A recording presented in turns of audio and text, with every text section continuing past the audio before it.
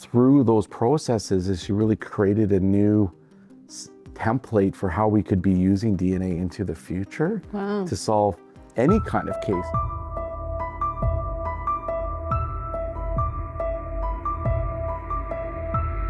Man found dead over the random attack. About a spike in domestic violence.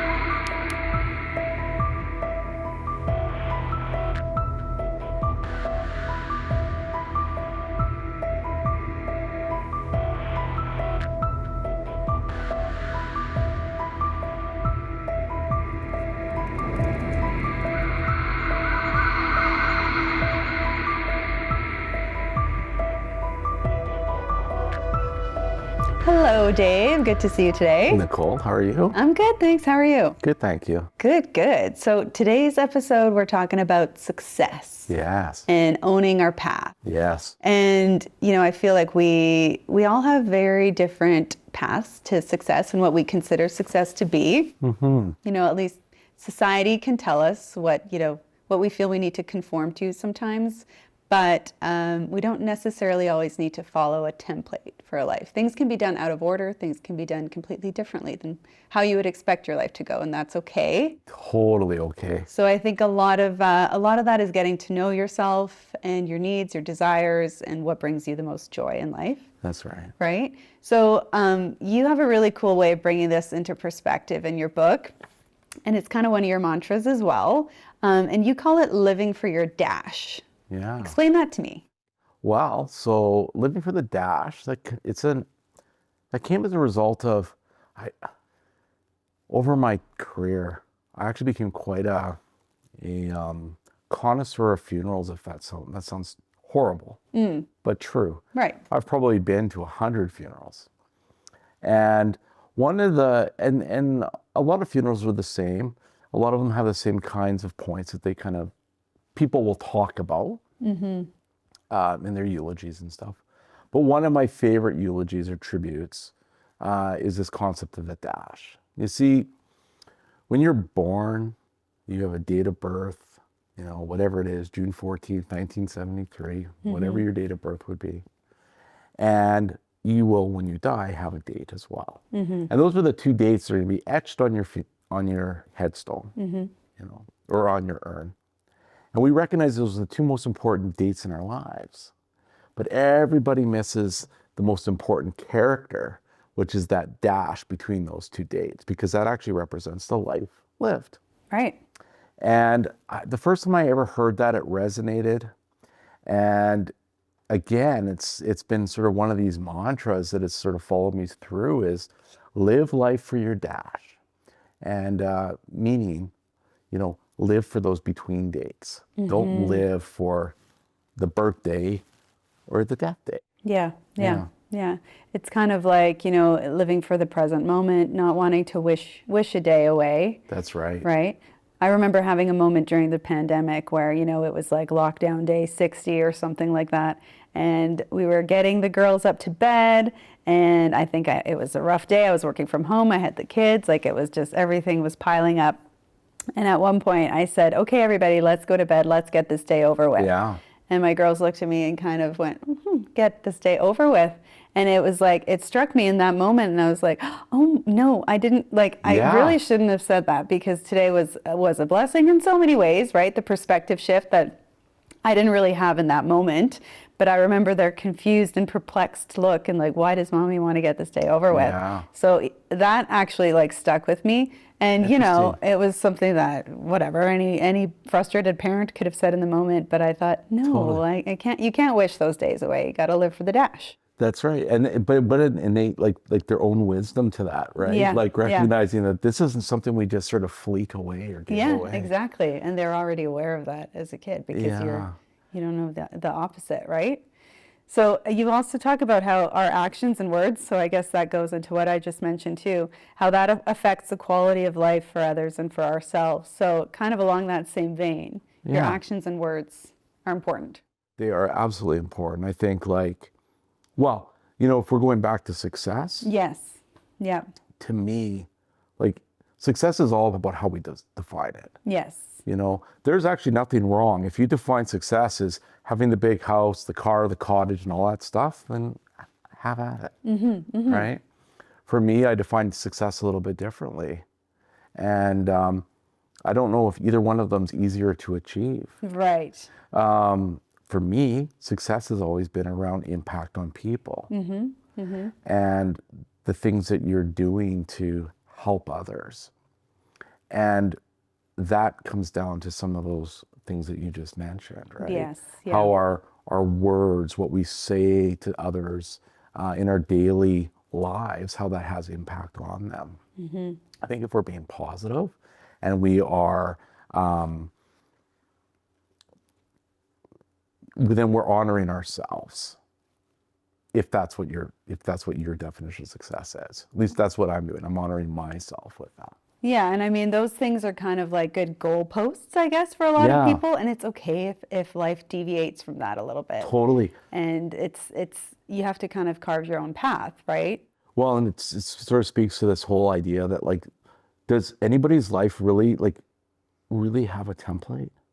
Yeah. You know, one of the things that I always found crazy is so many of our tragedies, like when things really go off the rails and they make the 6 o'clock news, not to minimize it on any level, but that is really a recognition that someone's life altered in such a way that it would deviate from what their template of what was going to be normal is. Right, right. And we used to see that all the time with, like, a really good example was like these cases where somebody would take the life of their partner and then take their own life. You know, I had one file, it was a long time ago now, where a couple had been living this script, and one part of their script was they were going to have children. But one or both couldn't. And that reality was just too much. Right. And the husband ended up taking the life of his wife, and then several days later took his own life. And that is really what happens when we script ourselves too rigidly. Right. You know, I always say, you know, like, what's a normal script? No such thing. Yeah, no, there's not. But we kind of are conditioned to believe that it's like, Yes. you know, we have a beautiful upbringing, we enjoy our childhood, we graduate high school, we go off to university, we go into the discipline that we want, we get the job that we want, we marry the woman that we want or the boy that we want, and then we go on to have kids and grandkids, and, you know, Yeah. that's normal. Right, right. But what happens if you don't graduate high school? What happens if one of these children that you had dies? Like, these curveballs at life, if we script ourselves too rigidly, It confines us. Yeah, yeah. And so I find that one of the secrets to success is always being adaptable and not living your life so much as a template. Right, adapting is Right. key for sure. So speaking of that template, and we'll kind of put it in the concept of policing as well. There's different stages as you've experienced. So there's 4 different stages that you speak about in the book that, you know, every cop goes through inevitably. Yeah. The first one is called the fascination stage, which is usually wow, 1 to wow. 4 Yeah. years. And we've talked a lot about this in the past, you know, where you wanted the car chase and the excitement and you wanted the energy and to be And you go home every day and you tell all the stories Yeah. of your day and how crazy it was. right, right. And then the next one is the hostility stage. 4 to Yeah. 6 years in, which is when you know you can't help everyone. Hell, you can't really control a goddamn thing. You know what? And I think that is something that happens to a lot of officers. I bet you, and I mean, I have no idea what the studies are on this, but when you see police officers getting in trouble, I bet you the majority of those officers are in that phase of their career. And, you know, it's always reported sort of what phase of their career they're in by a number of years of service. Right. But you're going to see a lot of members in that 4 to 7 year range. There's a lot of anger in there, I feel. Yeah, and that's where they get themselves into trouble. Right, right. Yeah, you say in here, you've been spit at too many times, sworn in, unexpected places, and had your integrity questioned for helping. Everything sucks. And that's what happens, right? And that's what that hostility is all about. You somehow develop this impression that, first of all, it's fascination, everything's great. Yeah, yeah. And then you start to realize that not everything is as great as you once thought. Right, right. It's like on the second week of your beach holiday. Yeah. The first week you're there, the beach. Not as good as it was that first week. That's right. It's just not quite, and the beach is a little dirtier than it was that first couple days. Is there a little more trash on here than I used to? Yeah, totally. Yeah. So the third one you speak about happens 7 to 15 years in. Yeah. And it's called the superiority stage. Yeah. This is when life can really suck for people, but you can make a difference, and you do it every time you can. Yeah, that's right. Mm-hmm. And then finally, the acceptance stage, which is 15 years and beyond, when you look back at your career, at the cases that will always haunt you and the happy outcomes that get you through the bleakness of the bad ones. Yeah. Yeah, so you're kind of coming full circle, I guess, at that point, and realizing you're accepting, and your focus changes to sort of like, I think for a lot of officers, that legacy of their career. Mm-hmm. Beyond the badge. Beyond the badge and what that looks like. And for me, it was, I think that my superiority stage probably lasted a little bit longer. Okay. But once I grew to accept, I accepted. Right. And that sort of prepared me for where I am today, which is as a retired investigator, and just look back on fondly among all the memories that I had within the organization I was working for. Right.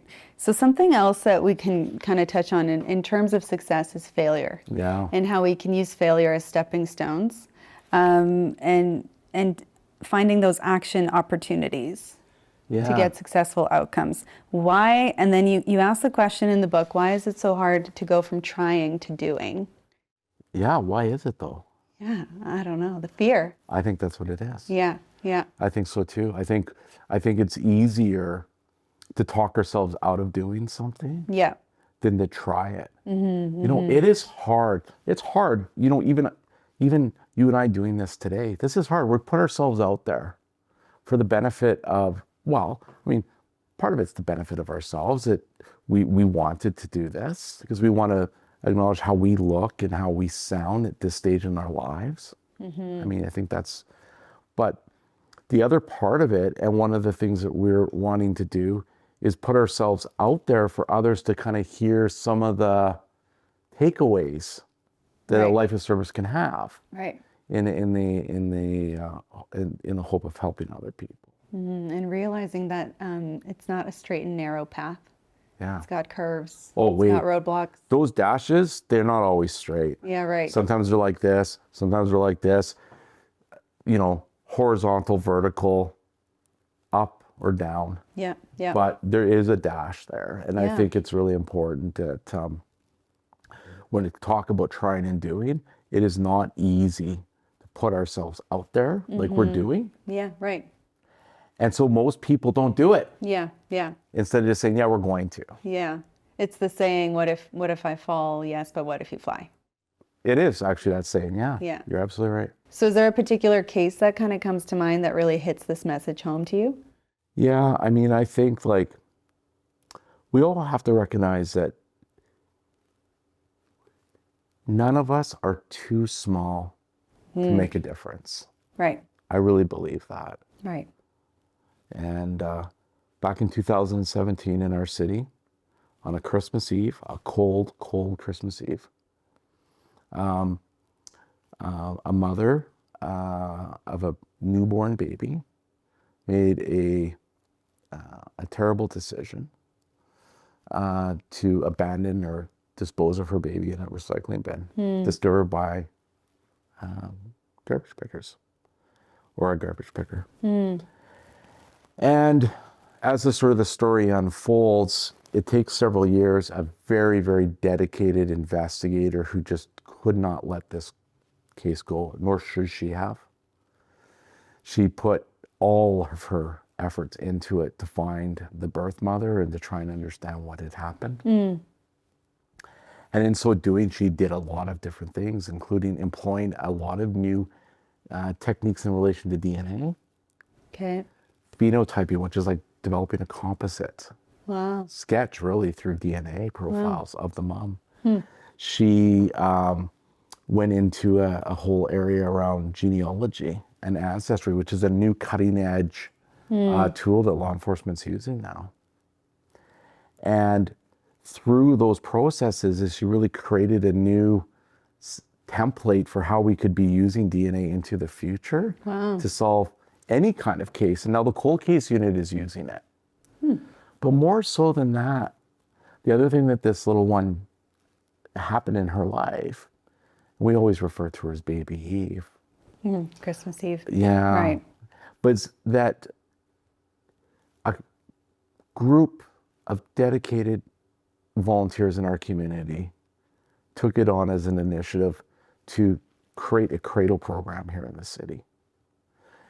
And, you know, just very recently, our very first Cradle was installed at one of our children's services centers. And for those who aren't aware, what is the Cradle exactly that you're referring to? Yeah, it's called Hope's Cradle. Okay. And what it is it's a safe surrender site Right. for infants that would not have ended up anywhere else except for potentially a dumpster or a recycling bin. Right. Right. And Baby Eve's story is amazing because of the fact that it really highlights this important part that you're not too small to make a difference. And your dash is never too short. And your dash is never too short. Right. Right. Because unknowingly she inspired this whole movement, right? Movement around Hope's Cradle, and you know, even the things that she's done, her story did, that lit a fire under the, lit a fire with the investigative team and that one particular investigator to pursue these avenues. Right. Yeah, not too small to make a difference, and your dash can never be too short. In her short time on Earth, and she was only here for a moment. Yeah. Yeah. Look what she was able Blink to of an eye. accomplish. Yeah. Yeah. So why can't we? Yeah. Exactly. You know, she paves the way. If you don't believe that you're not too small to make a difference, be trapped in a tent with a mosquito, as this is saying goes. Yeah. And you will know exactly Yeah. what that means. Who's the winner there? Yes. Yeah, that's a really good way of putting it. I think the imagery of the headstone and the dash really helps put it into perspective. And we've been talking a lot about perspective too. So how do you say, like, I know we talk a lot about owning our path. Do you have any advice from what you've learned on like how you can even figure that out? Is it a matter of being curious in the safe ways?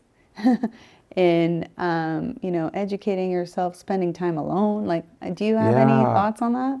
I mean, I've always embraced loneliness on some level. I think it's where I sort out a lot of things in my mind. Yeah, yeah.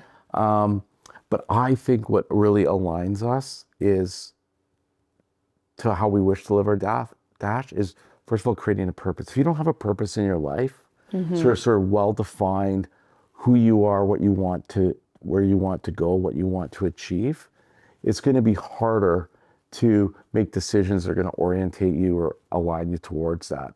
Recognizing what core values are, same thing. The core values, they orientate us and align us to the decisions that we're going to make, right? And then maybe that path won't be so wobbly for us. Yeah, right. Right, and that dash won't be so wobbly. And so I think purpose is a big part. Purpose. Another thing you have given credit to is surrounding yourself with successful people, like-minded people. And you had the opportunity of working with a lot of people whom you consider to be successful. So can you talk a little bit about that? Well, I think,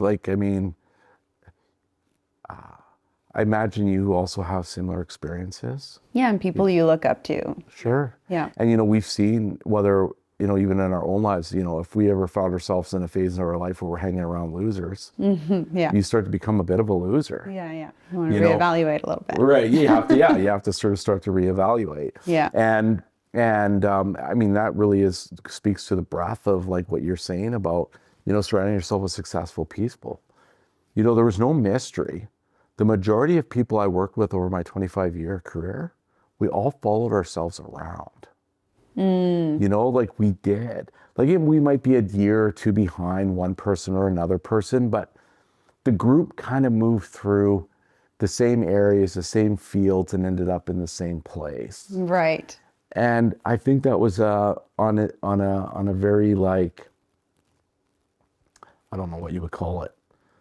Like, just there was awareness. It wasn't spoken about, but just there was an awareness that I needed this guy in my corner. I needed this guy in my corner. I needed this guy in my corner. I needed this gal right over here. Right. I needed this person here. Right. And we kind of created those people in our lives. Because there were times where people would ride on, say, like my coattails. There was many times where I rode on somebody else's. Right. Right. But together, collectively as a group, Right. we were strong. Recognizing each other's gift. Yes. And it's really, that's what synergy is. Right. You know, synergy is all about that. It's like looking at the combined total of everybody. It's greater than the sum of any of its parts. You know, Teamwork. Yeah. Yeah. So that's I think really important part to success is surrounding yourself with successful people. I'm going to ask you a personal question Sure, as far as yeah. how you view your career. Would you consider it to have been a success? You know what? Probably I think I do feel like that way. Yeah, and I do. But it wouldn't have been that way without the people that were in my corner. The men, the women that I worked with and I served with, they all were part of it. And the other big part is that I just have to recognize that I was able to capitalize on a lot of my lucky breaks. Right. You know, and lucky breaks is a big thing. I talk a little bit about it and more in the book, but you have to put something into action to give basically your lucky break a place to land. And what I mean by that is this. Like, you can't win the lottery without playing. Right. You can't generate your luck Yeah. in life without creating it in some way, shape, or form.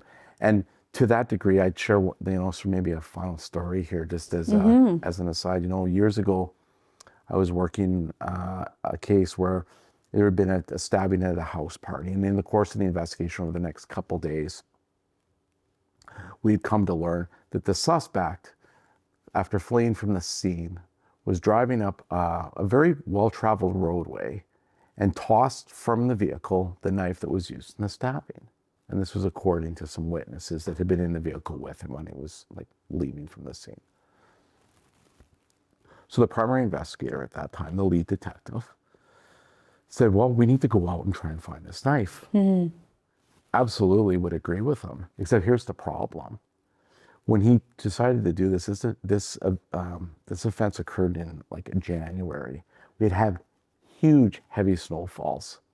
And believe it or not, the city had gone through and were very diligent on the plowing of the roads that year. We were already 2 days behind, and the road had been plowed, and the snowbank was up 6 feet.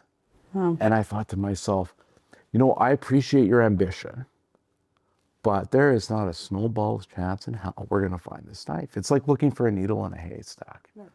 Regardless, he's like, you know what? No, we need to do this.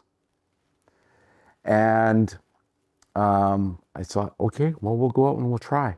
So we organized a big group of searchers to go out there, and I, myself, and a couple other investigators went out there to kind of oversee everything that was happening. And we get there, and this police van gets stuck in one of these big, high, tall snowdrifts.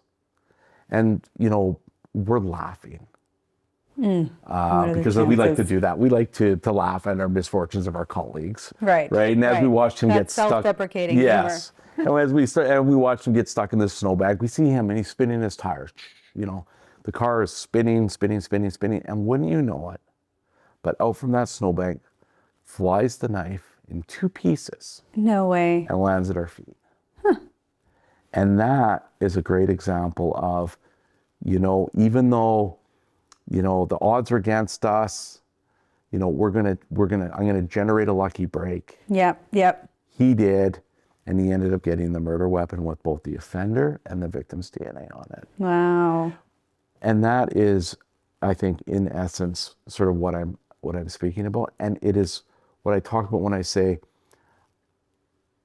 we have to, like, when we like think about the situations in our life where we've been the most successful, it's because we've put into motion something and we capitalize on the luck. Exactly. Yeah. If that makes sense. Yeah.